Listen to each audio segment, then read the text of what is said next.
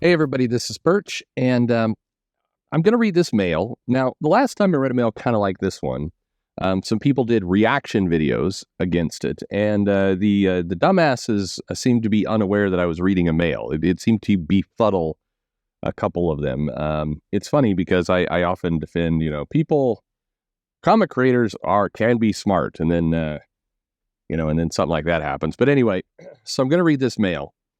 And to kind of spoil the thing I'm going to zero in on, because there's a lot of, I don't know, you could get into a very subjective argument that just goes nowhere, just goes around and around in a circle.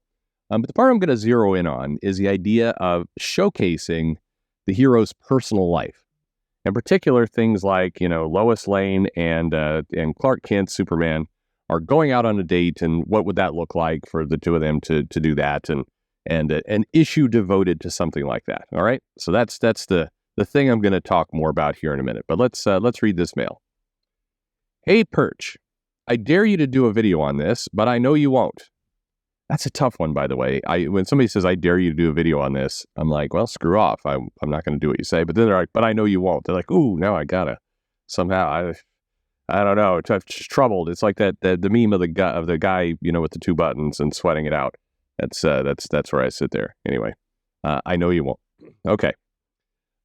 Recently, there is an issue of Action Comics that predictably has gotten all of the incels angry on YouTube. People from Zach to Ethan to others are chomping at the bit, including even your buddy Wes, to make fun of this short story inside of Action Comics. What is the short story they all want to make fun of, you might ask? Well, I'm sure you already know. It's John Kent and his boyfriend having a perfectly normal date, but they're gay. I don't know why the way it's written is funny to me, like, but they're gay, I sometimes when, it's because I read the mail to all of you, in a video like this, I could see the person talking, and the way you write and the way you would talk are usually different. So when I'm reading this stuff aloud, I'm imagining somebody talking like this in real life, and sometimes that's kind of funny. Anyway, but I digress. We continue. The criticism about this short story is that there's too much gay content in comics. However, what these people refuse to admit or tell you, is that this is a short story, a backup story inside of a full-length comic. However, if you listen to Zach's disingenuous commentary on it, he describes it as though it is the majority. In fact, he says this multiple times, that the majority of comic content is gay. Yet even the comic they are talking about presents this as a stuffed in the back backup story inside of a main comic. It is not the majority of the comic, even in sheer page count of the comic itself. All right. The other thing these people refuse to acknowledge or ever admit is that Yaoi BL content outsells any of their pathetic crowdfunded activity. Oh, damn. Does Wes have a crowdfunded book? Huh. I didn't know that. Well done. Well done, Wes. I didn't know you're branching out into that. Crowdfunded activity. Okay. The Yaoi market is huge, and it makes sense that DC, Marvel, and others would try and capture it. Only a fool would ignore that business. In fact, you often hear these same neckbeards, these same neckbeards talking about how comic people have no business sense, and yet when they do obvious things connected to business, they complain about it. I know you won't ever, again, this is a double, now you're tempting fate now. Now I'm thinking of going the other direction, just delete the video and call it a day. I know you won't ever read this on the air, but this is why those people are seen by many in comics as fake geek girls. Okay. Fake geek girls. I'm often confused by it. And look, I mentioned this before in other videos. The mail ends there, by the way. We're done, and we're going to move on. But I've often, the fake geek girl term got. I mean, that first of all, it's been around for a long time. It predates. I saw it prior to it being applied to comics, and when I first saw it, it was girls who liked Star Wars but didn't know things about Star Wars. And in fairness, a lot of that was described in a pretty douchey way, like it's ha ha ha. This girl doesn't even know that Dagobah has 3 moons. That's a fake Star Wars fan. It's like, okay. I know it's always cloudy in Dagobah. You wouldn't even see the moons. I don't even know how you'd know. Anyway, but it's that kind of stuff that always felt not like gatekeeping, but just kind of shitty behavior. It's like, that's too. I think there's this world of difference between, the X-Men has never had a female black character on it, ever. And I saw somebody make that comment a couple of years ago, and it's like, well, other than Storm, the leader of the team and major part of the comics for the last, 40 years. But sure. And then somebody who doesn't know how many moons Dagobah has. I mean, that's just, surely everyone can recognize there's a significant difference between nerdity of those 2 points. And one is clearly somebody who is just ignorant about what they're talking about. And the other is this, ultra trivia version of any kind of property that no one in their right mind is ever going to meet that standard. I don't think it's that hard to describe. But it was a negative to say fake geek girl. But now I've seen more and more increasingly, particularly over the last 6 months, I've seen a lot of people applying the fake geek girl term from quote unquote the other side at, the traditional YouTube critics, that you don't know comics, you're complaining about comics, but you're actually reading comics, you're fake geek girls. And I'm like, but if the term was offensive before, and now you're using this offensive term to apply the other, does that make sense? I don't know. It feels like that doesn't make sense to me, but whatever. But anyway, I told you what I was going to talk about at the beginning of the video. You might say, how does that relate to this mail? And I read this issue. From my perspective, it was weird. It is true. It's a backup story. It is not the main story. And then I saw a couple people saying this is Superman. It is, it's the Superman's son. It's not, I know DC called him Superman for a while during the dawn of whatever. It's Superman's son. Just be clear about what's going on there. And it's weird. I mean, the art style is overly, the person in the mail mentioned it, the Yaoi, the BL style, is that style. Absolutely that style. If you go into a manga store, or you go into a Barnes & Noble where they have tons of manga, and you go to the BL section, and you look at the art style and how characters are drawn and kind of the softness of the face and the colors that are used and everything else, it is like dead ringer for that type of content. And does it look jarring in action comics? Yeah, it doesn't fit the other stories. The backup stories often don't, for what it's worth. But it looks a little weird there. Yeah. Does it matter to the story or to a lot of stuff? No, it is a backup story, and it's small, and it's easy to avoid, I guess is the way to put it, if you want to avoid it. But it does look weird there. But the thing that struck me with it was, a lot of people are going into it's a gay relationship. Should we show the gay relationship? Look this, and it's, or whatever the majority. I don't, the majority of stories are gay stories. No, of course not. If you look at, if you're being sheerly mathematical about it, no. But the part that gets me is, imagine, if you will, for a moment, that this wasn't like, just take the characters, same art style, why not? Oh, one more thing I guess I'll throw in there. I think this deserves probably a longer video, and it's maybe a myth debunking kind of thing, and I probably will discuss it with some actual numbers. Sometimes it's not gaslighting exactly, but it's when you say a truth, but then you hide a bunch of other stuff inside that truth. So it is true that the Yaoi BL segment genre of manga is very financially successful. It does great numbers. Absolutely, it does. And it is, they're popular. Like I said, I'll have to go out and actually get the correct numbers, but I believe the Yaoi financials are stronger than the majority of U.S. publishers, just wholeheartedly. And I think in some months, when certain titles hit and other things have exceeded what Marvel has done in a month. You may say that's impossible, but I know there was a month earlier this year that did that, and they had a number of, again, the manga, it's not apples to apples, because the tankobons are coming out, and sometimes they release. It's not like they have a monthly release cycle. They are when a bunch of collected editions hit all at once, it tips the numbers. You have a really strong month and a lower month the next month, etc. But there was a month where it beat Marvel's numbers.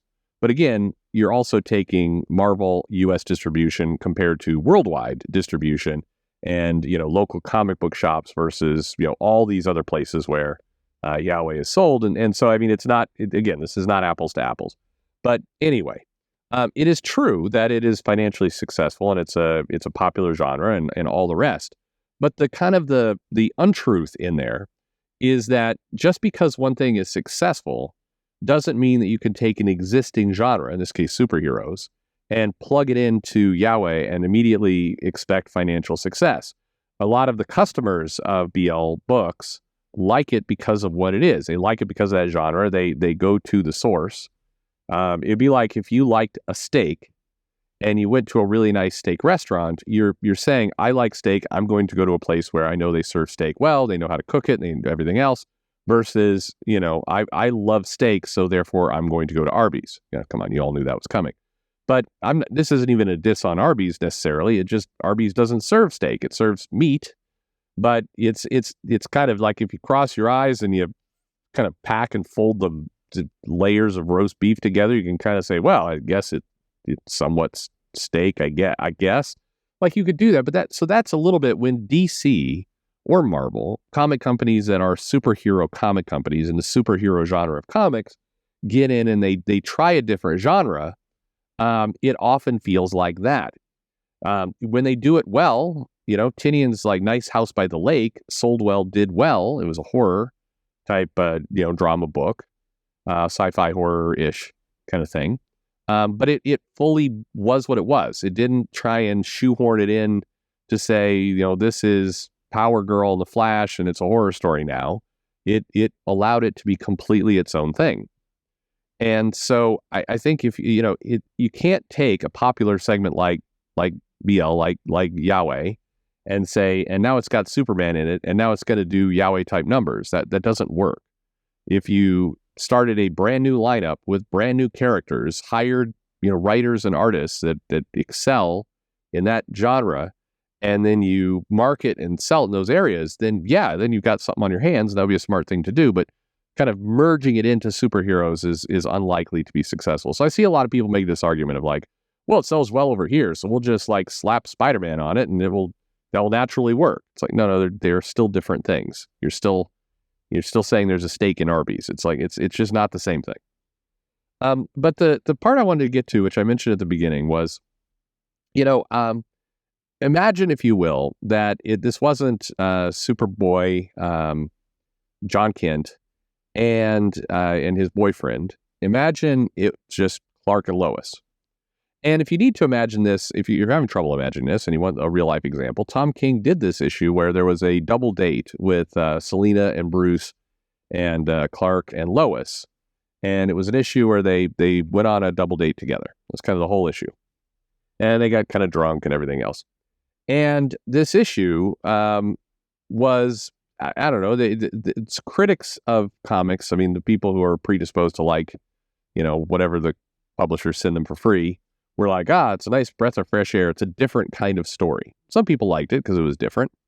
But a lot of people were like, I went to go pick up Batman and I got a date story with a lot of talking and no action. Now we're, I think, fairly deep into Tom King's run at this point, and so it people knew what they were getting to a large extent. But when comics have done this, when they've gone and done like here's an issue that is a date, and the X-Men would flirt with this from time to time. They'd have some deep level stuff, and then it's like, and now we're going to go find Jubilee at the mall. But Claremont would still insert the Reavers or something in there, or it's something to kind of throw some action into it. But I think that in general, if you're going to have a date issue or a date story, and again, this is a backup story, it doesn't really matter whether the characters are gay or straight. By and large, the majority of the audience probably doesn't want that or doesn't expect it, and maybe even doesn't want it. I think that this whole thing is getting a lot of focus because it's two gay characters. But if you just read the story and imagine it's not two gay characters, you can imagine it's John Kent and, I don't know, Yara, Wonder Girl. And, they're sending themselves selfies in the bathtub and everything else.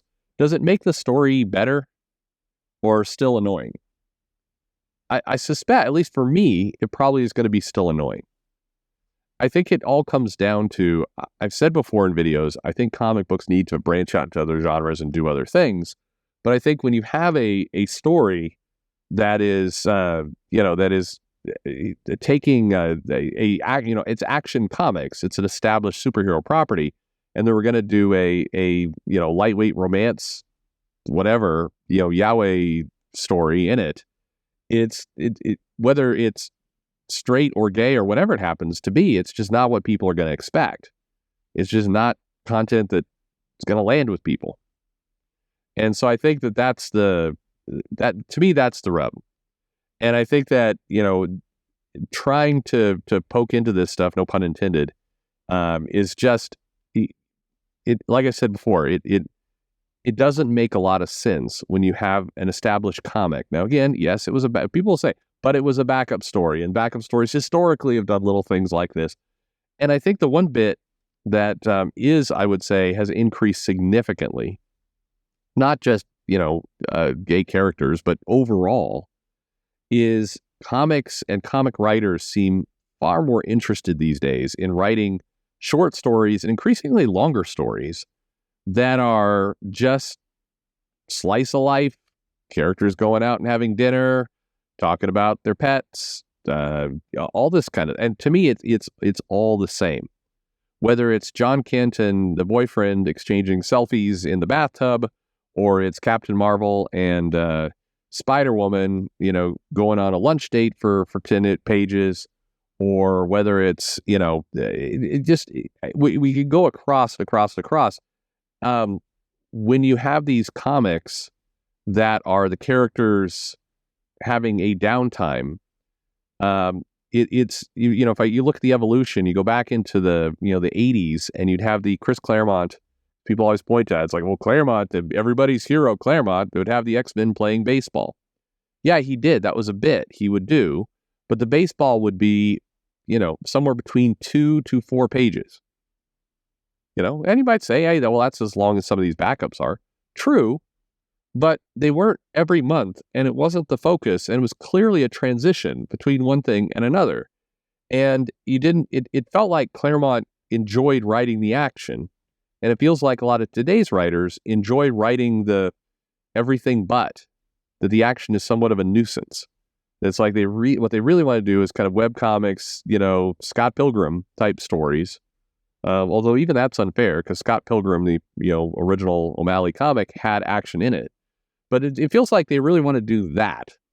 And they're stuck forced writing Spider-Man or The Flash or Green Lantern or, Captain America, or whatever it happens to be. And so the superheroing is a nuisance. It's an annoyance. And I think that this whole topic gets kind of warped a little bit when the characters are gay, because then people are focusing in on the gay part of it. And then, we're talking about, it's do we want to see these two gay characters, etc. And people do videos about it, and it gets lots of attention, and, YouTube loves it because they make ad revenue and so on. But but would it be really any different to you as a reader if it was, it's Spider-Man on a date with the Black Cat, and they were giggling and tickling each other in the bathtub and whatever? I mean, would that be better? And my argument would be no. We have issues that we've seen of Captain Marvel and her buddies.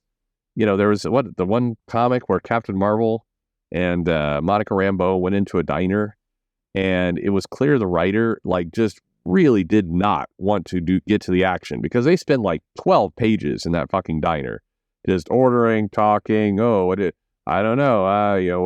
Why are you decorating your house? Well, I'm getting a couch over here. Like, it just went on and on and on. And for me, that is we passed the annoyance line. It doesn't really matter whether the character is gay, straight, in the bathtub eating lunch.